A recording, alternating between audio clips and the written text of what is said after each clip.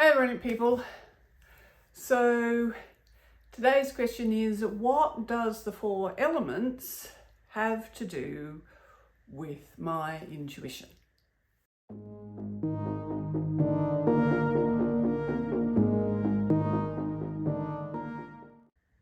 So the 4 elements, which are earth, air, fire and water.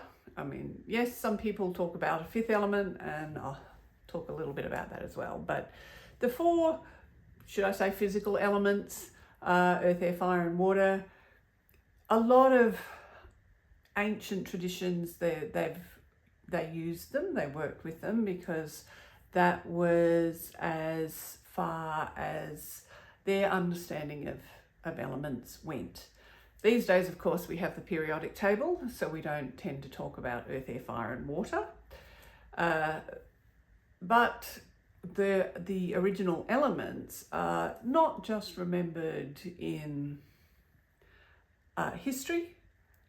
They're often, in these days, whether it's through personal ritual or pagan ritual or in fantasy books, those 4 elements are often seen as connected to our intuition, to our capacity to do magic, if you like.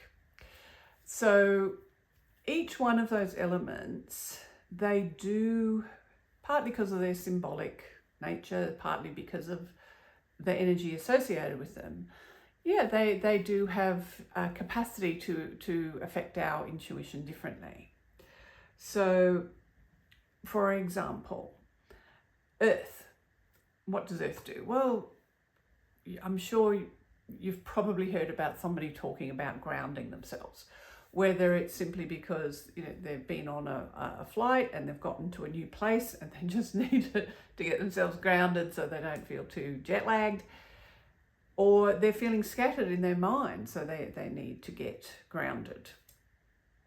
But with our intuition, I mean, I've talked in other videos about one of the signs our intuition is really working is that we have this internal calibration or internal alignment, and that, of course, it's a very stable state. And the more that if we help ourselves by focusing on the earth and grounding ourselves by feeling ourselves connect to that, so that the energy is coming up from the earth, or the energy comes up from the earth and then through our Kundalini channel, which is like sort of your spine. So that's the middle of your body, it's aligned to the center of your body. So it is connected to your ability to be aligned to yourself. So earth will actually help you get to that point of stability and internal alignment. So that's how that element helps us. The second element, which is air, it enables us to be aware that there's more there than what we can see. I mean, I'm obviously not in a vacuum because I'm breathing, I'm not passing out, and yet we can't see air. I mean, how do you know the air is there? Well, okay, if we stuck you in a hyperbaric chamber and pumped out all the air, well, then you would know the difference between when there is air and when there isn't air. But air does 2 things. I mean, yes, it is unseen, so it helps us open up our senses to what is out there that isn't so dense, so tangible. But it's also, that's what's touching our skin. So we often do, particularly if you're someone who tends to feel things more than, see things or hear things. I mean, all of those, of course, all those senses are carried through the air. But particularly with clairsentience, a lot of our capacity to feel things through our intuition, it is almost like there's differing pressures in the air. Like this air feels more dense, that air feels less dense. And that, unless we're going up and down a mountain, that may make no sense in a logical way. But often, like when people are working with energy, like for example, the energy that is around a person, they will often describe like their ability to feel where the energy is because that air feels more dense than the air further away from the person. So air also helps us not just to tune into the unseen, but it helps us to refine our senses so that we are more capable of sensing those more subtle things. So that is how working with air can help you. So the third element is fire. So fire is often seen as passion or as transmutation. Obviously, fire is the release of energy. So when we're working with your intuition, you want to actually get to a point where you can receive energy and you can give energy out. Now, if you've ever built a fire, you know that in order for the fire to really be good, you need to get that balance. Like there's energy coming out of the fire, and then there's energy going into the fire in the form of wood or charcoal. And depending on what you're using the fire for, if you're using it to heat your home, or you're using it, like in a campfire to, boil the billy, or if you're using it for a celebration, like you're building a huge bonfire. So the particular point of balance, like how much you're feeding the fire and how much you want to coming out of the fire, it's dependent on two things, like how much you're putting into the fire, but also the quality of what you're putting into the fire. Like if you put little twigs in a fire, they'll catch fire really quickly, but they'll also be gone very quickly.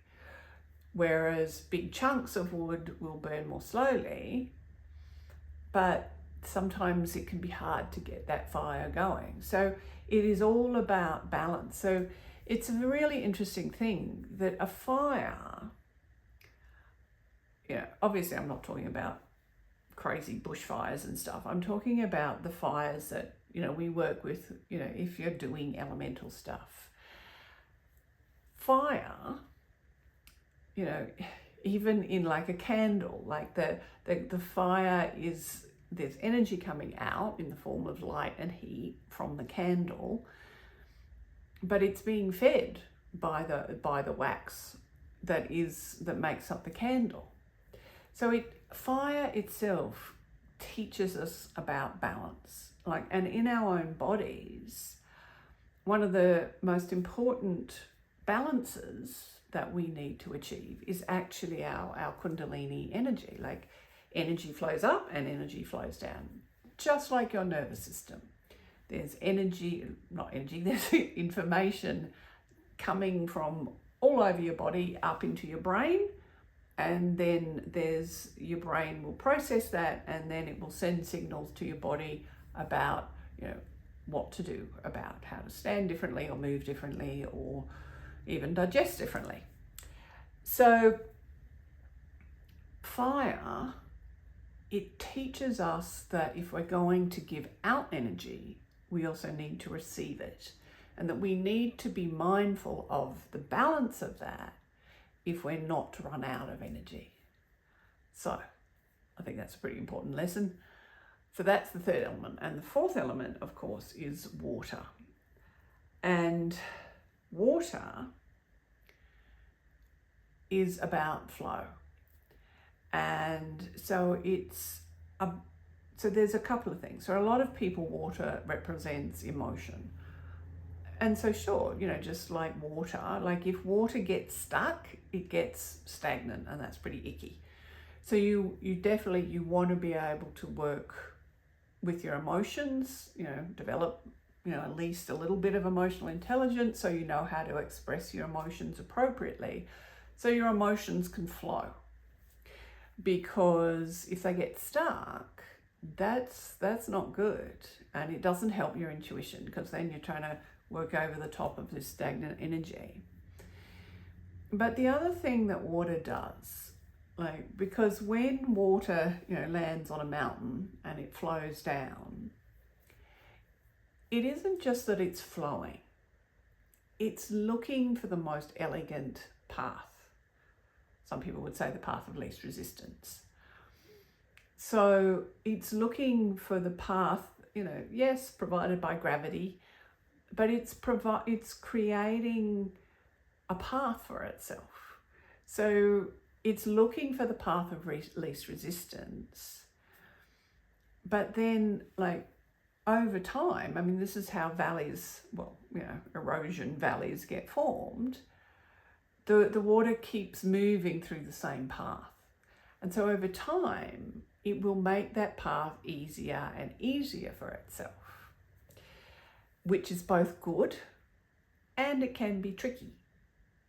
Because it's good, because if you want to go in that same direction, it's going to be really, it's going to get easier and easier. But then, of course, the trick becomes, well, what if you want to change direction? What if instead of going to that valley, you actually want to go to this valley now? Well, then you're going to have some work to do, because you're going to need to find a new pathway, and you're going to need to connect to that other valley to find that path. So water teaches us to, yes, flow with our emotions, absolutely. But it also teaches us to be mindful of how we are flowing in our lives, and to appreciate the things that makes easier, and to be mindful of the fact that may be preventing us from having some other things that could actually be really cool. So that's the 4 elements. Now, I did say I would talk about the 5th element. So the 5th element is generally what they call ether. I think they talked about that in one of the Marvel movies, but just instead of being ether, it was just this black goo, which is not what ether actually is. Ether, in some ways, never mind the midichlorians, whatever business, ether is kind of like more like the force, in the sense ether was this concept that there was this thing that it was invisible, and you couldn't perceive it in any way, but it bound us all together. So you could call it ether. To me, some people call it spirit. I tend to think of it as consciousness. And the interesting thing is that as humans, we like to think we're ever so terribly special. But actually, every time we look at the world around us and we go, well, we're smarter than, this creature because of whatever. Well, when they actually do studies on it, they find that, like, no, animals can learn things. They can learn things and then teach their young. They have a sense of self-identity.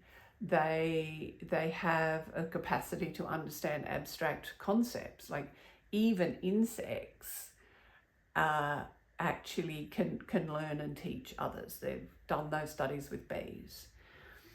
And again, even with plants. And actually, I learned something cool the other day, that flowers apparently have a negative charge when they're fully loaded with pollen, and a bee has a positive charge, and so that helps the pollen get onto the bee.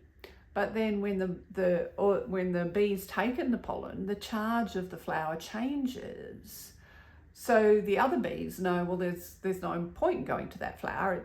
It's already had all its pollen taken. So that's really cool.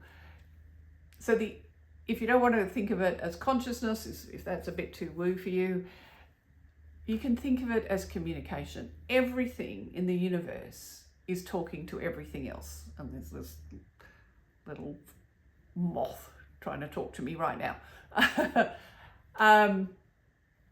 So everything in the universe is talking to everything else through electromagnetic energy, like the flower and the bee.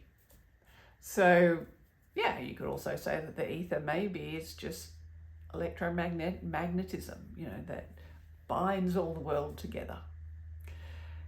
So how to work with that fifth element for yourself? Well, it's just simply remembering that the whole universe is talking to itself, which means it's also talking to you. So it's not that you have to worry about the universe talking to you or not. It's already talking to you. Your job is simply to learn to figure out how you can get to tune into that so you can hear what the universe is saying. Because when you do hear what the universe is saying, well, you'll find out that what it's saying is, you're brilliant.